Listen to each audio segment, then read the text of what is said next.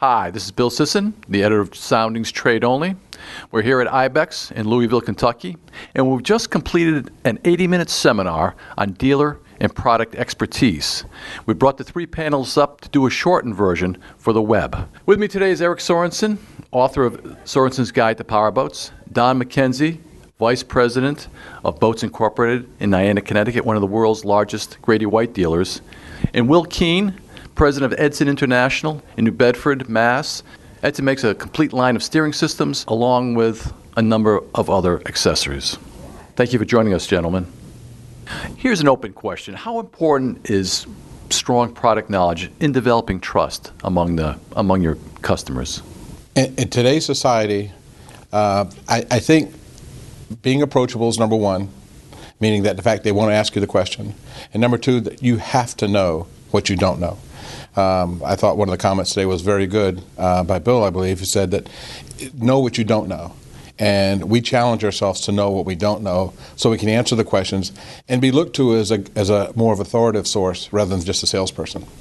Once you show credibility that you do know exactly what you're talking about, you will be the go-to person and you will have the opportunity to make the sale when the people call you back with further questions saying, I heard that, can you explain this, or what do you think about this?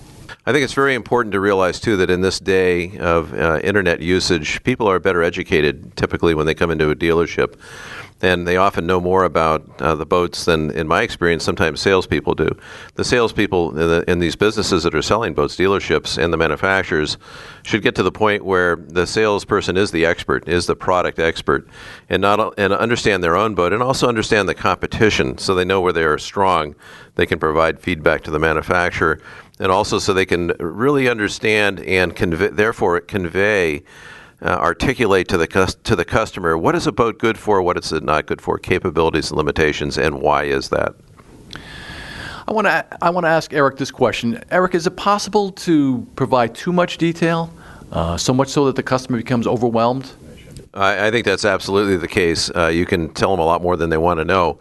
And that's, once again, part of the art of salesmanship is reading the customer, telling them what they are interested in. And you can read the tea leaves, you can read the body language and the actual overt questions and find out, do they really want to know more about hull design, or do they want to go on to something else? Are you losing them? Are their eyes glazing over? So you're not there to hear yourself speak. You're there to really pay attention to the signs and address them, but have the ability to do that if they do want to dip down into a very high level of technical detail. Will, what happens when you don't know the answer to a question? How do you handle that?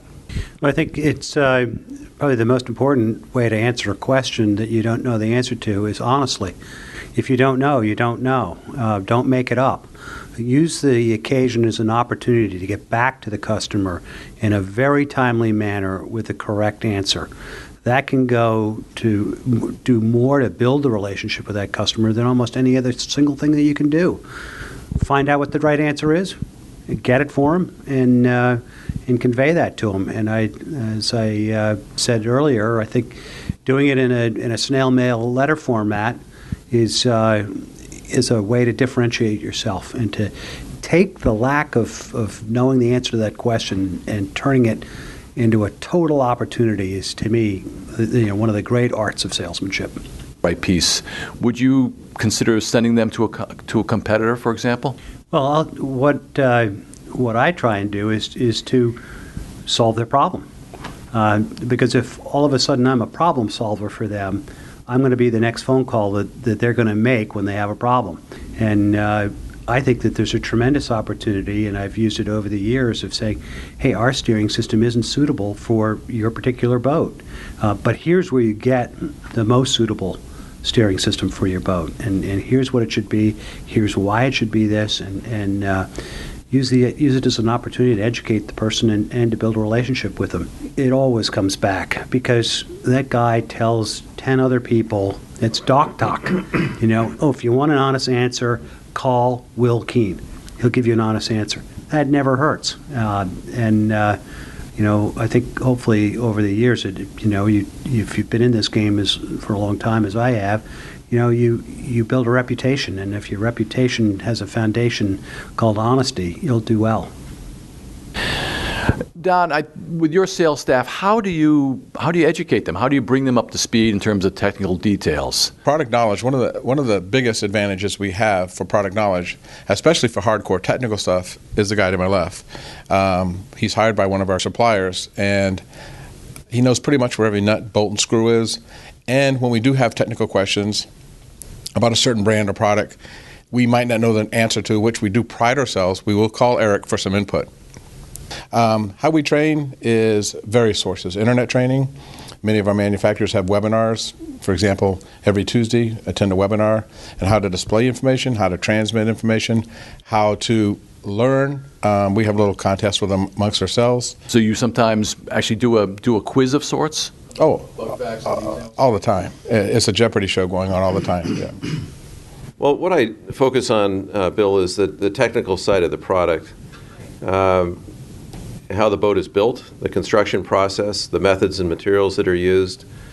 I talk about hull design. I have a client who has excellent running boats in rough water, and so part of the process of helping the dealer to be able to articulate why the boats run as well as they do is to explain the hydrodynamics of a planing hull, how it works, and I'll crawl underneath boats. I'll look at lines drawings of boats.